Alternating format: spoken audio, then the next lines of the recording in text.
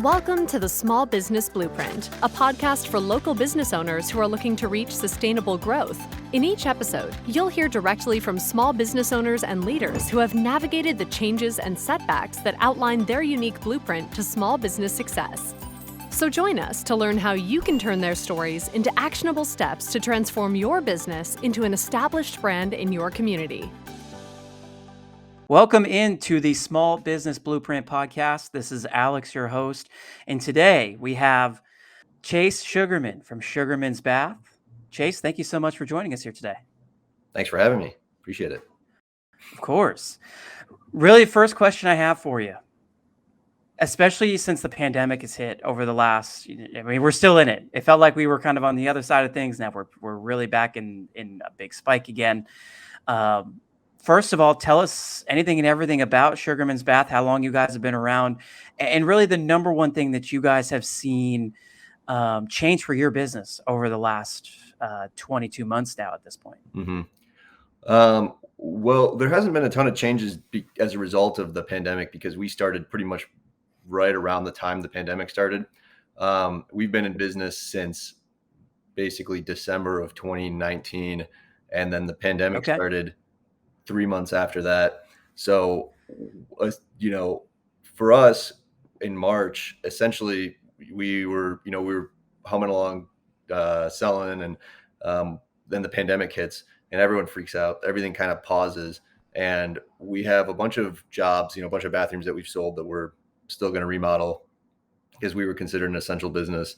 So, and a lot of what we do is people's bathrooms that need it for safe and accessible reasons.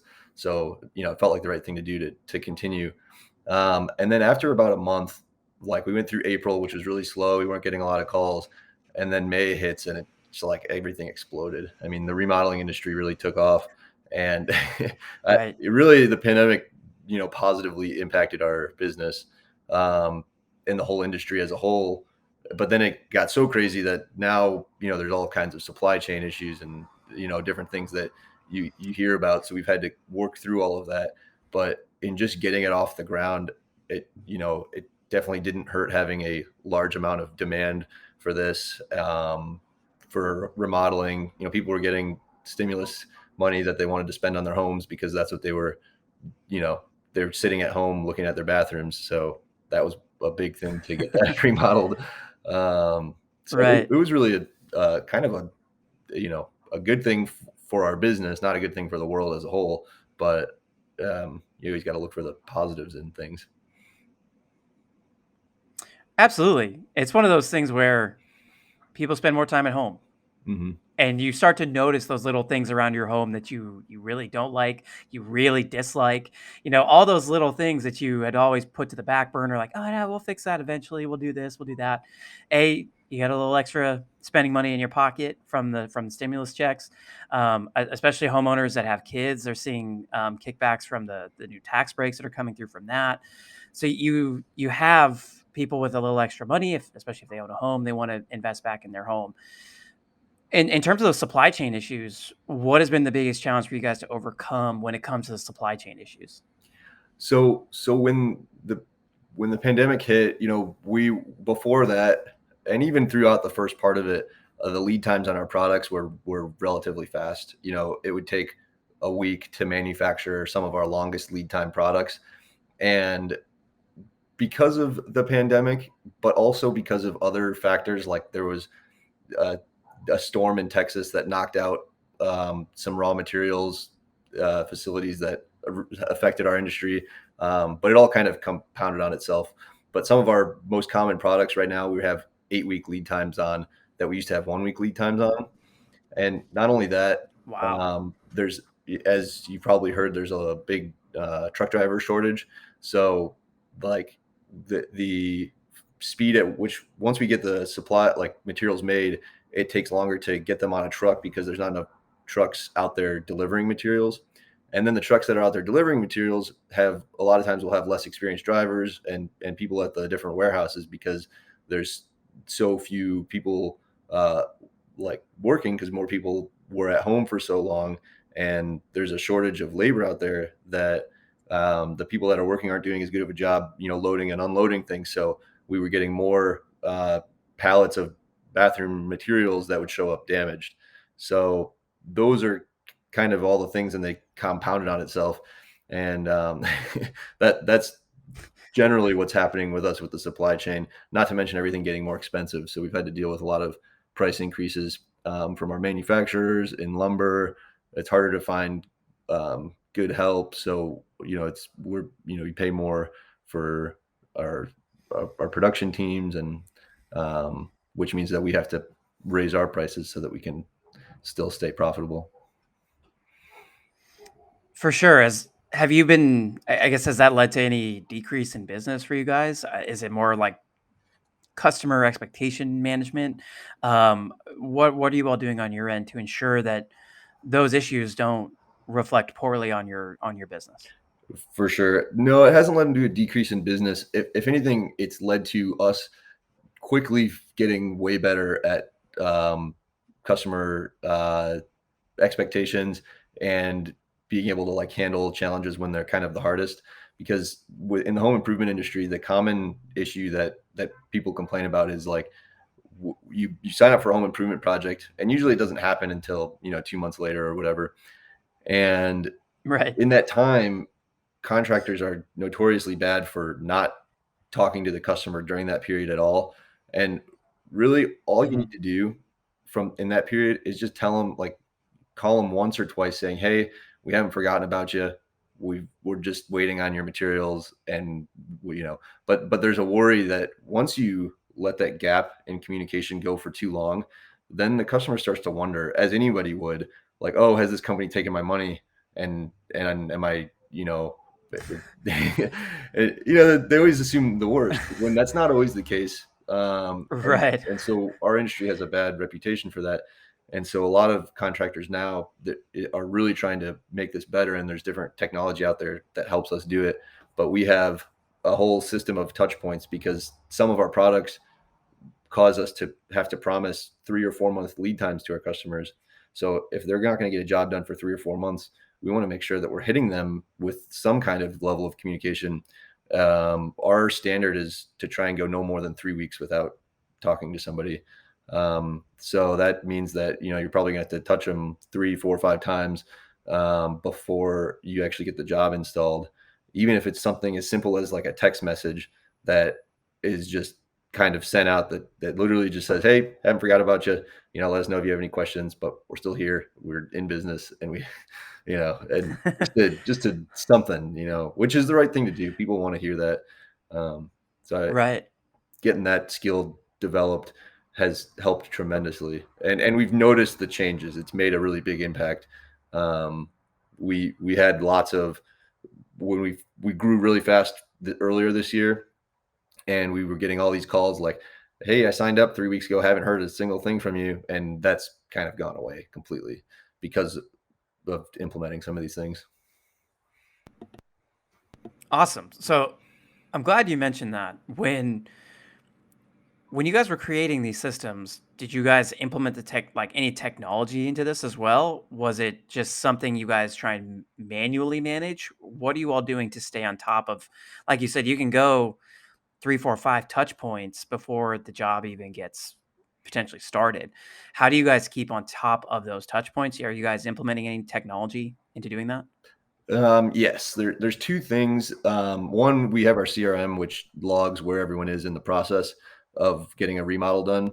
So, Okay. and within that, within our log of like where they're at, we also have just a, like process that basically we say, it's like a counter essentially on how long it's been since they've been communicated with. And then if we communicate with them, we update that counter.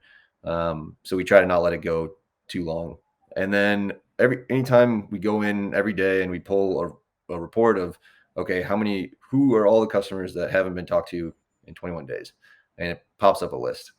And then we use a piece of technology called Hatch, which is really a really awesome piece of technology that is primarily for the home improvement industry on helping follow up with leads. And it really helps the sales process, and automates a lot of things. But it also helps with communicating with your customers, because all of our employees have an account on Hatch. And so if a customer, and our goal is to get the Hatch phone number into our customers' hands so that they will like send a call or email or a text into Hatch, and then that everyone gets to see it, and so anyone can respond to it.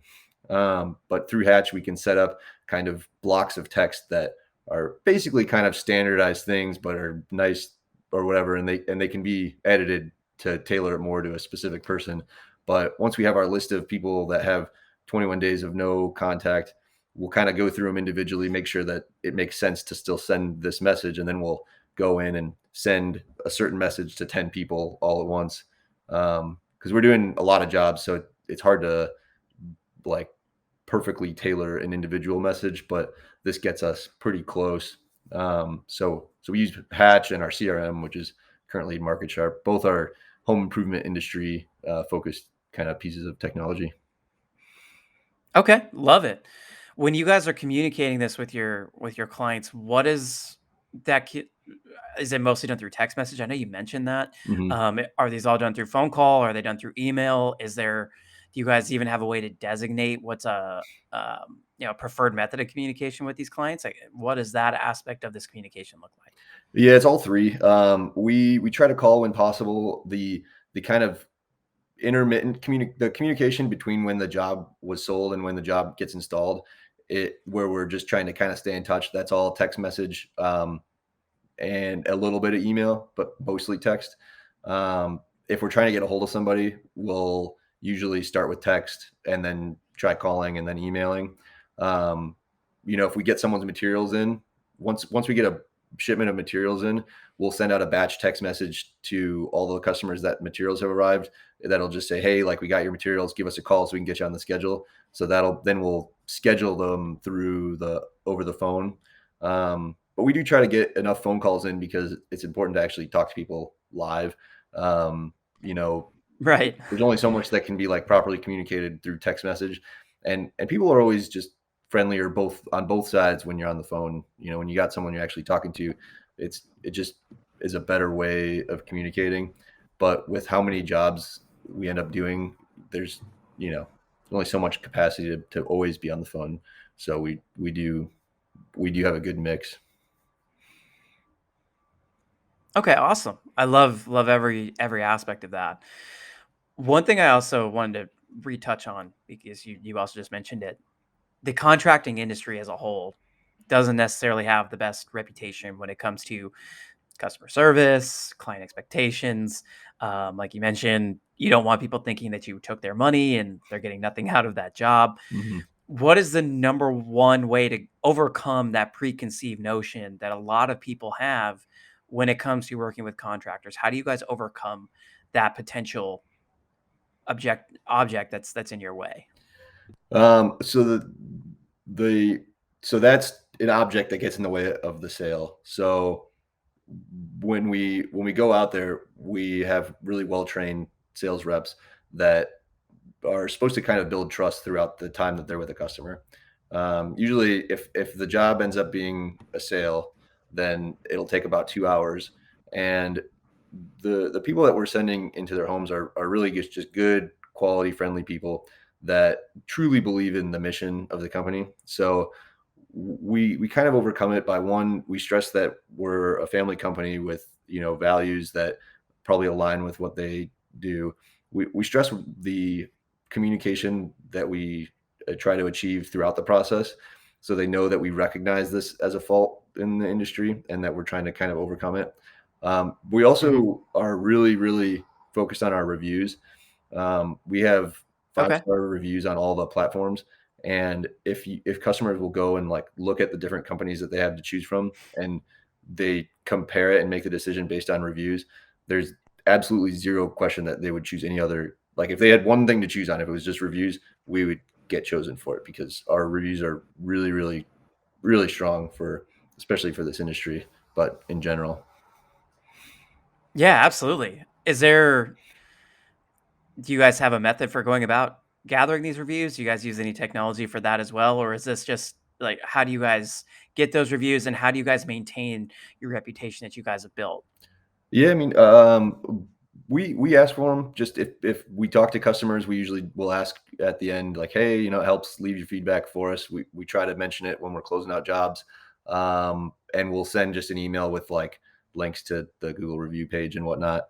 A lot of it still just comes kind of naturally as well. Like we don't ask like everybody, but lots of people will still just leave it. But we it's really important to us, and we want to make sure that when someone has a good experience, that they hopefully can share that good experience to help other people, choose a contractor that's going to provide them with the good experience as well. So, yeah, we ask for them. We think it's good because it kind of helps everybody.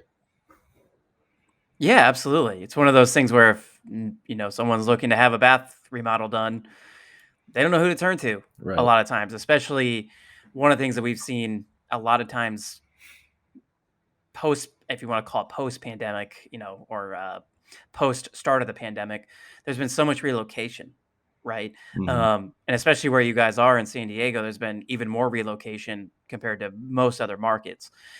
And when you're dealing with people that are new to an area, they don't necessarily know who to turn to for these different jobs. So if you can have that immediate reputation builder and that immediate sense of trust, really, with a brand new client, you guys have never even talked to them. That's the ultimate way to really gather that trust right off the bat, and really get that relationship off to a great start. So, I love to hear that, especially for someone who, like you said, you're a relatively new business. You've barely been around 2 years at this point. So, Right. um, that's awesome to hear. My last question for you before we get you out of here, Chase. Um, when you started this business 2 years ago, what was the number one thing that you had coming in as a potential business owner that has been a complete misnomer, um, compared to running a business over the last 2 years? Like something that you came in with that was this idea of this is going to be great, this is going to be terrible, whatever it may be, but it's been the complete opposite of what you thought it was going to be as a new business owner. That's a good question. Um, I thought that, I don't know. I think that I underestimated how challenging it is to grow. We we had our goals for our first year of how much we would do in business, and we did 3 times that much in our first year. And then our second year we did 3 times what we did the year prior. And with that Wow. comes like a ton of challenges in hiring people, in navigating the supply chain differently. We've had to expand into new warehouse space, new office space, hiring lots of people. Like we went from 3, 4, or however many, 5 employees we started with, basically just owners, to now we have 50 employees, and like some are remote. That we've got a Wow. sales team, we've got a production team installing bathrooms. That's about 20 people. And so like trying to keep everyone kind of on the same page and like the communication strong is really challenging. And I think it's a lot more so than I thought it would be. And I think that like when you grow, there's like this thing that, oh, all growth is like great, but then there's like, okay, but sometimes it's better. Like right now we're in a period where we could go out and sell a bunch more bathrooms, but we want to halt a little bit so that we can so we can kind of catch up to our growth, and Right. and and then kind of prepare ourselves for the next phase of growth. So, I was always like, oh yeah, grow, grow, grow. And I still kind of have that mindset, but I also recognize a little bit of a need to sometimes that you can grow faster by slowing down like just a little bit. And I don't think I ever assumed that that was something that would be a reasonable thought coming into this. But I also didn't think that we would grow as fast as we did coming into this. And I would say that I also underestimated how valuable it is to have certain key people in certain roles. Like Mhm. our dad pitched this business to us in the beginning, and he had a sales background. And so we were able to sell jobs really fast right off the bat. And me being around him, I just like have learned that aspect of it too. And he's got a he built homes for 30 years. So he's got a huge construction background. But not only that, is we teamed up with our other partner who's been installing this system that we sell for like 2 decades. And I would argue that at doing this particular job, he's better than anyone I will probably ever meet. And having those two both probably saved us 5 years of mistakes. And it's like incredibly helpful being able to have both of those skill sets right off the bat. Cause I talk to lots of other companies that are looking for kind of help to grow theirs from nothing. And I look back and I'm like, those two really made it a lot easier for us. Yeah, for sure.